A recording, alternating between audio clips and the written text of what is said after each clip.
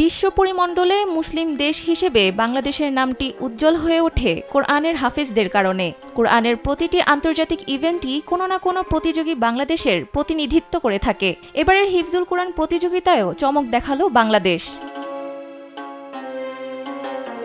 কোরআনুল কারীম মানবজাতির হেদায়েত, কল্যাণ, শান্তি ও পরকালীন মুক্তির নির্দেশনা। এই বিশ্বাস ধারণ করে প্রতিটি মুসলমান কোরআনের জ্ঞান অর্জনে উৎসাহী হয়ে ওঠে। মুসলমান ধর্মাবলম্বীদের এই মহাগ্রন্থের বাণী বুকে ধারণ করে আন্তর্জাতিক পর্যায়ে একাধিক প্রতিযোগিতায় যে সাফল্য এনেছে বাংলাদেশের হাফেজরা, তা যেন আন্তর্জাতিক পর্যায়ে অন্য কোনো আয়োজন থেকে আসেনি।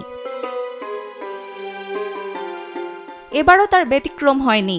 এরই মধ্য দিয়ে আন্তর্জাতিক প্রতিযোগিতায় বাংলাদেশের ধারাবাহিক সাফল্যের মুকুটে আরও একটি পালক যুক্ত করেছেন এক বাংলাদেশি প্রতিনিধি কিশোর।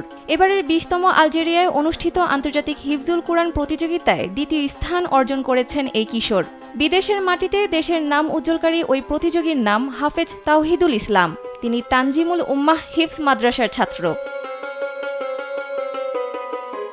রবিবার বাংলাদেশ সময় রাত 12টায় আলজেরিয়ায় বেনি মেসাউসের ন্যাশনাল আর্মি ক্লাবে বিজয়ীদের হাতে পুরস্কার তুলে দেওয়া হয়। এর আগে আলজেরিয়ায় হিফজুল কোরআন প্রতিযোগিতায় অংশ নিতে হাফেজ তাওহিদুল ইসলাম 20 জানুয়ারি টার্কিশ এয়ারলাইন্সের একটি ফ্লাইট যোগে ঢাকা ত্যাগ করেন। প্রতিযোগিতায় অংশগ্রহণ করেন বিশ্বের 120 দেশের হাফেজে কোরআন। বাংলাদেশের প্রতিনিধিত্ব করেন উত্তরার তানজিমুল উম্মাহ হিফজ মাদ্রাসার ছাত্র হাফেজ তাওহিদুল ইসলাম। ইসলামিক ফাউন্ডেশনের বাছাই পরীক্ষায় শতাধিক হাফেজে কোরআনকে পেছনে ফেলে আলজেরিয়ায় বাংলাদেশের প্রতিনিধি হিসেবে নির্বাচিত হন তিনি।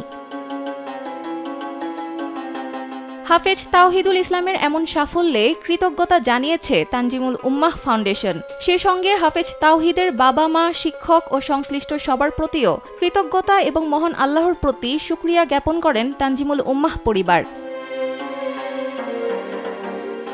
আলজেরিয়ার প্রেসিডেন্ট আবদেল মাজিদ তেবৌনের পৃষ্ঠপোষকতায় এই প্রতিযোগিতায় প্রথম স্থান অধিকার করেন ঘানার প্রতিযোগী আব্দুল সামাদ আদম, আর তৃতীয় হয়েছেন লিবিয়ার মাহমুদ আবু ঘারারা। সানজিদা ইসলাম, কালবেলা।